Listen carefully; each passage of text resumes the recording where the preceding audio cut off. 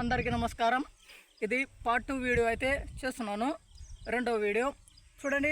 దీనికంటే ముందు ఒక వీడియో అయితే అప్లోడ్ చేస్తాను. అది చేసిన తర్వాత దాంట్లోనే తర్వాత ఇది గమనించండి.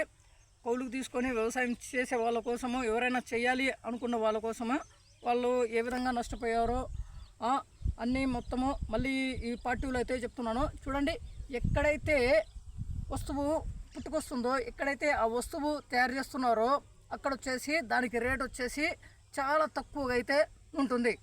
ఒకసారి మీరు బాగా గమనించండి. ఇప్పుడు ఒకటి పెట్రోలు, డీజిల్ ఇక్కడ పుట్టుకొస్తుంది ఏవి అరబ్ దేశాలు, అక్కడి నుండి అయితే వస్తుంది. అక్కడ ఎంత ఉంటుంది వాళ్ళకు రేటు? వాళ్ళ పెట్రోల్ బంకులలో చూసుకుంటే ఎలా ఉంటుంది రేటు? చాలా తక్కువగా ఉంటుంది.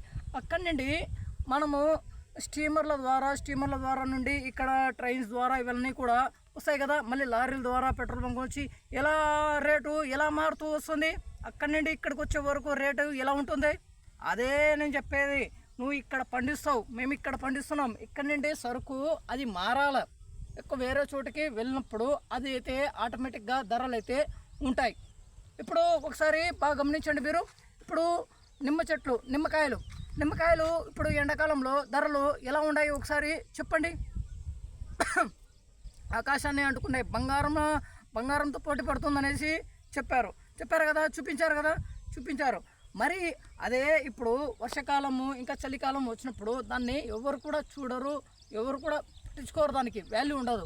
అదే ఎండాకాలంలో చూసినప్పుడు, మార్కెట్కి వెళ్ళి చూసినప్పుడు చూడండి, కాయలు ఎండిపోయినటువంటి కాయలు, చిన్న కాయలు కూడా అవి మొత్తం తీసుకొచ్చి కూడా అవి కూడా ఒక సంచులు పెట్టుకొని అమ్ముతున్నారు. అంటే అక్కడ కాయలు డిమాండ్తో పాటు కాయలు కూడా సీజన్లో అంటే నిమ్మకాయలు అనేది తగ్గిపోతాయన్నమాట. దిగుబడి అనేది తగ్గిపోతుంది.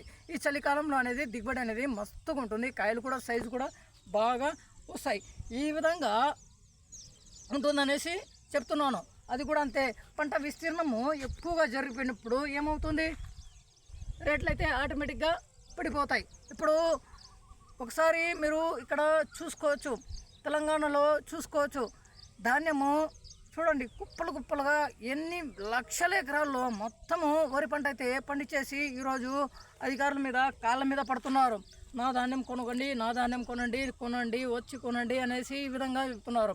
ఆ విధంగా దిగుబడి కూడా మంచిగా సాధించాము, బాగా పండించేసి అనేసి చూపిస్తున్నారు. 36 క్వింటాలు, 35 క్వింటాలు, 32 క్వింటాలు ఎకరాకు అనేసి చెప్తున్నారు. అక్కడ 40 కేజీలతో పండిస్తాం అనేసి చెప్తున్నారు. ఇక్కడ 78 కేజీలతో అయితే ఒక ఎకరాకు 41 బస్తాలు అయితే పండాయి నాకు. అక్కడ వచ్చేసి ఇంకా మాకు దగ్గరలో ఇప్పుడు 40 బస్తాలు 32 క్వింటాలు, ఈ విధంగా అయితే 35 క్వింటాలు 36 క్వింటాలు కూడా పండేసి చెప్తున్నారు. వాడు 40 కేజీలతో అయితే పండిస్తారు. ఆ విధంగా ఎక్కువగా ఎన్ని లక్షల ఎకరాలు పండించేశారు. ఈ విధంగా జరిగినప్పుడు ఏమవుతుంది? ఇప్పుడు ఒకటైనా మళ్ళీ గుర్తుంచుకోవాల్సిందే ఏంటంటే, ఇప్పుడు పండించాము, అక్కడ ధర ఇప్పుడు ఈ విధంగా అవస్థలు అయితే పడుతున్నారు. పడేటప్పుడు అమ్ముకోవడం కోసం ఎన్ని అవస్థలు అయితే పడుతున్నారు. మళ్ళీ అది అమ్మారో లేదో మళ్ళీ తీసుకొచ్చేసి మళ్ళీ నార్మడిల్ వేసేసి మళ్ళీ వేసేయడము జరుగుతుంది. అంత పోటీ ఉంటుందనేసి నేను చెప్తున్నాను. మీరు కౌలుకు తీసుకొని చేస్తే ఈ విధంగా ధరలు లేనప్పుడు ఈ విధంగా నష్టాలు చూసి అప్పుల పాలైపోయి నష్టపోతారు. అందుకనేసి మీరు వేరే దారులు అయితే ఉన్నాయి, ఆ ధరలు చూసుకోండి. ఇంకా రైతుకు అనేది అవనేసి ఇవనేసి కాదు. అక్కడ అమ్ముడుపోయిందా, అమ్ముంట వచ్చిందా, మళ్ళీ దున్నాడమ్మా, మళ్ళీ వేసేయడమ్మా, అవే ధాన్యము సుమారుగా ఇప్పుడు వచ్చి చూడండి, సంవత్సరానికి 2 సీజన్లలో అయితే పండిస్తున్నారు ధాన్యము. ముందుగా అయితే ఒక సీజన్లో అయితే పండించేవాళ్ళు, ఇప్పుడు 2 సీజన్లు అయితే పండిస్తున్నారు. అవే ధాన్యము నిలబెట్టేసి చూసుకుంటే, అవే ధాన్యము చేసుకుంటే ఇంకా ఒక సంవత్సరం అయితే తినడానికి ఉంటాయి. మళ్ళీ ఇది వచ్చేస్తాయి. ఇవి వచ్చేసినప్పుడు ఏంటి పరిస్థితి? ఎవరు కొనాలి? ఏంటి పరిస్థితి? ఇప్పుడు మేమే ఎండబెట్టేసి ఇంకా బియ్యం ప్యాకెట్లు ఈ విధంగా ఆడిచేసి ఒకేనా మిషన్ తీసుకెళ్ళి బియ్యం ప్యాకెట్లు అమ్ముకుందామంటే అమ్ముకోలేడు రైతు. తన దగ్గర ఉండదు. అది అమ్మాలా, ఆ డబ్బు తీసుకోవరా, అది చేస్తారా? మేము కౌలు తీసుకొని చేస్తాడు. ఇప్పుడు ఆ కౌలు ఎలా కడతావు? ఇవన్నీ కూడా ఇంకా బొక్కలు అయితే వేస్తావు. ఎక్కడో ఒక చోట డబ్బులు లేనప్పుడు, దానికి సరిపడ డబ్బులు లేనప్పుడు ఇంకా బొక్కలు వేసి ఏడో ఒక చోట తీసుకుని వస్తావు. బొక్కలు అంటే ఏడో ఒక చోట అప్పుకు తీసుకొస్తావు. ఆ అప్పు తీసుకున్నప్పుడు ఆ వడ్డీ వస్తుంటుంది. ఈ విధంగా నష్టపోతావు. ఇప్పుడు ఏంటని పరిస్థితి? ఇంకా వేరే దారి చూసుకుందాము, వేరే పని చూసుకుందామంటే చూసుకోలేవు. దీంట్లో మీదే ఇది అయిపోతావు. పంట మీదే ఆధారపడిపోతాం. వేరే దారులు అయితే ఉన్నాయి, సంపాదించుకునే మార్గాలు చాలా అయితే ఉన్నాయి. చూడండి, దాంట్లోకి అయితే వెళ్ళండి, చూసుకొని అలా చేసుకొని రోజు రోజు వచ్చే డబ్బులు చేయండి.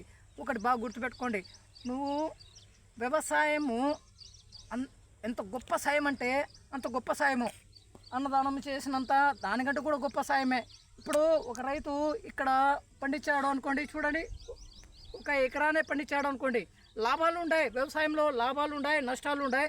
కాదన్నాను, లాభాలు ఉంటాయి, నష్టాలు ఉంటాయి, రెండు ఉంటాయి. కానీ నష్టాలే ఎక్కువగా చూస్తుంటారు. ఓకేనా? ఈ విధంగా ఇప్పుడు ఎక్కువగా సాయము ఈ వ్యవసాయంలోనే ఉంటుంది. అది ఎలా ఉంటే, ఇప్పుడు ఒక ఎకరాలో పండించేసి ఈ విధంగా పండించాడు అనుకోండి. ఇప్పుడు ఏదో ఒక్క కోతకైతే జరిగింది అనుకోండి, ఆ కోతకు జరిగితే దానికి ఆ డబ్బులు వచ్చేస్తాయా? రావు. అతను ఎన్నో కూలి ఖర్చులు ఇవన్నీ కూడా చేసి మందు పిచికారులు చేసి ఎరువులు వేసి దున్ని అన్నిటికీ చేసి ఆఖరికి దాంట్లో నుండి ఇప్పుడు ఒక ఎకరాకు 70,000, 80,000, 90,000 చేస్తే అతనికి 30,000, 20,000 వస్తే ఇప్పుడు ఆ సరుకు ఒకసారి పోయింది అనుకోండి, ఒక 5,000తో 5 టన్నులు 6 టన్నులు ఇంకా చెట్టుకు మాగిపోయి ఈ విధంగా ఏదో భంగపడుతున్నాడు. వచ్చేసి అక్కడ వ్యాపారము కొంచెము సులభంగా జరుగుతూ ఉండడం వల్ల అప్పుడు వెళ్తూ ఉంటుందన్నమాట వ్యాపారము. ఆ కాయలు అమ్ముడుపోతుంటాయి అన్నమాట. అప్పుడు వచ్చేసి ఏదో 5 టన్నులు కోసారు ఉండే కాయలు చెట్లకు మాగిపోయి అక్కడక్కడ ఒక చెట్టుకు ఉన్నటువంటి కొట్టుకొని వచ్చేసి 5 టన్నులు 5,000తో పోతే 25,000 పోతే నువ్వు పెట్టిన పెట్టుబడులు ఎంత? నువ్వు ఇన్ని కష్టం చేసి నువ్వు 25,000 చూస్తావు అంటే నీ చేత్తోనే ఎంత పోయింది? ఇప్పుడు నువ్వు ఒక కాయ తినలేదు, అది కూడా నువ్వు సాయం చేసినట్టే. ఇంకా ఆ 5 టన్నులు కూడా నువ్వు వాళ్ళకు ఇచ్చావు కదా, అది కూడా సాయం చేసినట్టే. ఇప్పుడు ధాన్యం కూడా అంతే, ఏదైనా కూడా అంతే. 25 బస్తాలు పడినప్పుడు నువ్వు 25 బస్తాలు పడినప్పుడు నీకు ₹1 కూడా లాభం రాదు వరి పంటలో. అలాంటి సమయంలో ఒకవేళ ధరలు లేకపోయినప్పుడు అది కూడా నువ్వు ఫ్రీగా ఇచ్చేసినట్టే, నీకు పెట్టుబడులు వస్తాయి, నువ్వు ఇంకా వాళ్ళకు ఫ్రీగా ఇచ్చేసినట్టే. ఆ విధంగా అయితే ఉంటుంది. వేరే దారిలో అయితే చూసుకోండి సంపాదించే మార్గాలు. ఒకటి బాగా గుర్తుపెట్టుకోండి, కష్టం చేయాలి అని కష్టం ఎందుకు చేయాలి, ఇది రోజు కష్టం చేయాలా ఇదనేసి కొంతమంది దీని మీద వచ్చేసి వ్యవసాయంలోకి వస్తున్నారు. కౌలు తీసుకొని వ్యవసాయం దీంట్లోకి వస్తున్నారు.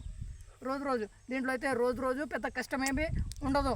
నాకు తెలిసి పంట పెట్టేటప్పుడు ఆ విధంగా, పంట తీసేటప్పుడు ఇంకా మధ్యలో ఆ విధంగా అయితే ఉంటుంది. రోజు అయితే ఉండదు అనేసి, అది రోజు కష్టపడాలా అనేసి దీంట్లోకి వస్తున్నారు. ఈ విధంగా దీంట్లోకి వచ్చేసి ఈ విధంగా నష్టాలు అప్పుల పాలవుతున్నారు. ఇప్పుడు ఏంటి పరిస్థితి? ఒక రోజు పని చేసుకుంటే కూడా 800 లెక్క వస్తుంది. ఇప్పుడు చూడండి, ఒక రోజు వచ్చే 500, ఒక ఎకరాలు పండించారు కదా, 5 టన్నులు పోతే తను పెట్టుబడి ఒక 500 కూడా లాభం అయితే చూడలేకపోయారు. ఒకసారి చూసుకోండి, ఎంతమంది రైతులు ఒకసారి అడిగి తెలుసుకోండి. అరటి పంట పండించిన వాళ్ళు కానీ, ఉల్లిపాయల పంట పండించిన వాళ్ళు కానీ, అంతా కూడా వర్షాలు కూడా బాగానే పడ్డాయి. నిన్న సంవత్సరము గర్భజలాలు కూడా పెరిగాయి. దానివల్ల ఏమైందంటే పంట విస్తీర్ణం కూడా ఎక్కువగా అయిపోయింది. ఈ విధంగా అయినప్పుడు పంట విస్తీర్ణము తక్కువగా ఉన్నప్పుడు ఆటోమేటిక్గా ధరలు అయితే వచ్చేస్తాయి, ఆటోమేటిక్గా సరుకు అయితే వెళ్ళిపోతుంది. ఒకటి బాగా గుర్తుపెట్టుకోండి, దీని అన్నిటికీ కారణము ఏంటంటే ధరలు లేకపోవడం వల్ల. దీని అన్నిటికీ కారణం ఏంటంటే మన దేశంలో వ్యవసాయ భూములు ఎక్కువగా ఉన్నాయి. వ్యవసాయం అనేది ఎక్కువగా జరుగుతుంటుంది. వ్యవసాయం ఎక్కువగా జరిగినప్పుడు ఇవన్నీ కూడా ధరలు పడిపోయినప్పుడు నష్టాలు చూస్తారు ప్రతి ఒక్కరు కూడా. ముఖ్య కారణము ఇదే, భూములు ఎక్కువ ఉంటాయి, వ్యవసాయం ఎక్కువ ఉంది. ఎక్కడ చూసినా కూడా ఒకసారి ఒక్కొక్క ప్రాంతాల్లో వెళ్ళిపోతే చూసుకుంటే ఇప్పుడు కళ్ళకు మొత్తము వరి పంటనే కనపడుతుంది. ఒక్కొక్క ప్రాంతాల్లో చూసుకుంటే మొత్తము అరటి చెట్లు కనపడతాయి, ఒక్కొక్క ప్రాంతంలో చూసుకుంటే మొత్తము చిన్న చెట్లు కనపడతాయి. ఈ విధంగా ఉంటుందనేసి చెప్తున్నాను. వ్యవసాయం ఎక్కువగా ఉండడం వల్లే దీనికి కారణం, ముఖ్యంగా కారణము దీంట్లో వ్యవసాయం ఎక్కువగా జరుగుతుండడం వల్లే ఇలాంటివన్నీ. మీరు వేరే దారులు అయితే చూసుకోండి, వచ్చి నష్టపోవద్దు అని చెప్తున్నాను. ప్రాణాలు పోగొట్టుకోవద్దండి, ఓకేనా? ఇది చెప్పాల్సింది చెప్తున్నాను. ఇప్పుడు మేము కూడా ఇప్పుడు నువ్వుల పంట అయితే అది మీకు చూపిస్తాను. ఒక ఎకరా నువ్వుల పంట పండించుంటే 2 క్వింటాలు అయితే అయ్యాయి. ఆ 2 క్వింటాలకు తను పెట్టిన పెట్టుబడులు, దున్నింది, కోసిన దానికి 5,000, ఇవన్నీ కూడా మళ్ళీ తిప్పిన దానికి ఇవన్నీ కూడా ఏంటి పరిస్థితి? దాంట్లో లాభాలు చూడగలుగుతామా? లాభాలు అయితే రాలేదు. ఆ విధంగా ఒకసారి చూడండి, నేను పత్తి పంటతో పాటు దాని పక్కనే నువ్వుల పంట కూడా చూపించాను. 2 క్వింటాలు అయితే వచ్చాయి. మీకు ఒక షార్ట్ వీడియోలో అయితే తీశాను, అది కూడా మీకు చూపిస్తాను. ఇంకా పసుపు పంటలు అయితే మంచి లాభాలు అయితే వచ్చాయి, మంచి దిగుబడి అయితే పండింది, కాదనకూడదు. ధర కూడా అనుకూలంగానే వెళ్ళింది. ఒకవేళ ధర లేకపోయింటే, ధర లేనప్పుడు ఏమవుతుంది చూడండి, మీరే గమనించండి. అందుకనేసి చెప్తున్నాను, ఊరికే దీంట్లోకి రావడము వేస్ట్. ఎంత వేస్ట్ అంటే అంత వేస్ట్. ఒక రోజు పనికి వెళ్ళినా కూడా 800 లెక్క అయితే వస్తుంది. ఇంకా దీంట్లోకి వచ్చి ఆలోచన చేయండి. అందుకే చెప్తున్నాను, భూములు ఉన్న వాళ్ళు అయితే చూసుకోండి. ఇప్పుడు ఒకటి చెప్తాను. ఎలాగ మీకు వ్యవసాయము కొలు తీసుకొని చేస్తుంటారు కదా, ఇప్పుడు ఎలాగ తన అదృష్టము లేదు, వాళ్ళు వ్యవసాయ కుటుంబంలో పుట్టలేదు. ఒకవేళ భూములు లేని వాళ్ళు కుటుంబంలో పుట్టారనుకోండి, అదృష్టం లేదు, మీరు వేరేది చేసుకోండి. ఏమి సిగ్గు, మీకు సిగ్గు ఏం లేదు కదా.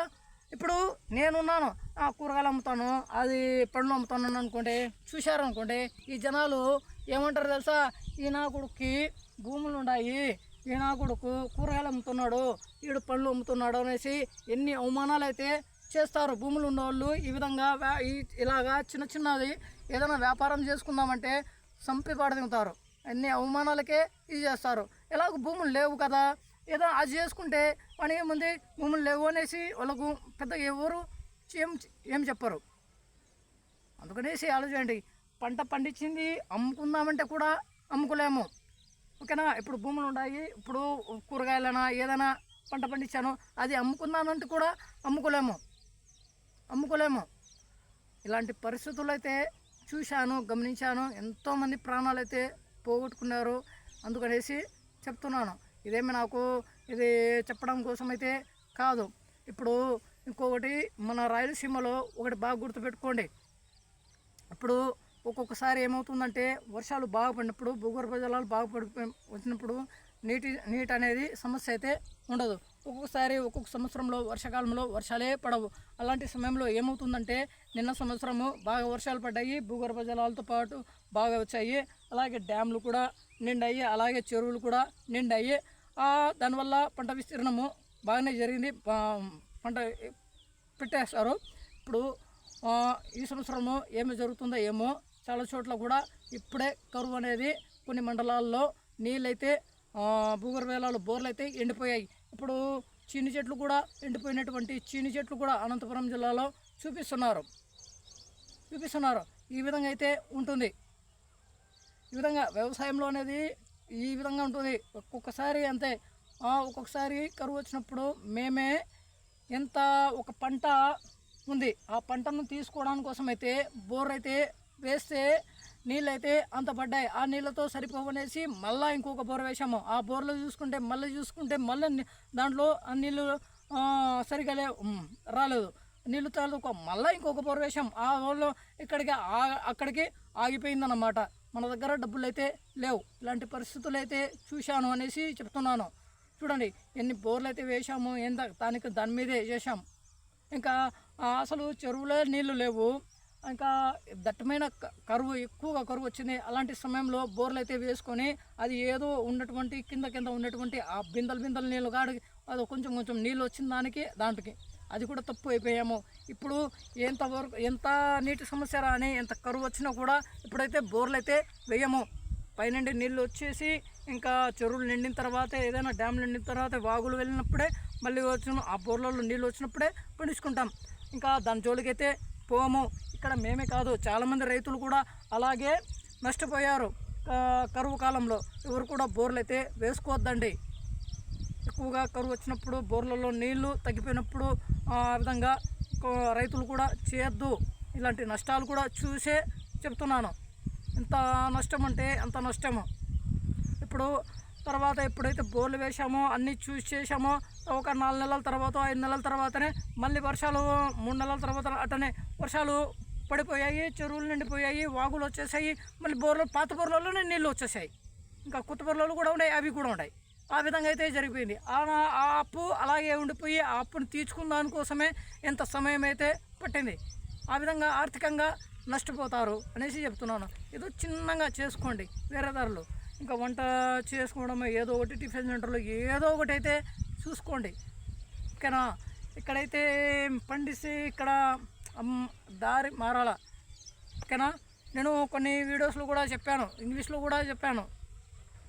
నాకు ఇంగ్లీష్ ఎంతో కొంత వస్తుంది, అలాంటి ఇంగ్లీష్లో కూడా నేను చెప్పాను. మీకు ఒక వీడియోలో అయితే చెప్తాను, చూడండి. చెప్పాల్సింది చెప్పాను. ఓకే అండి, బాయ్. నెక్స్ట్ వీడియోలో అయితే చెప్తాను.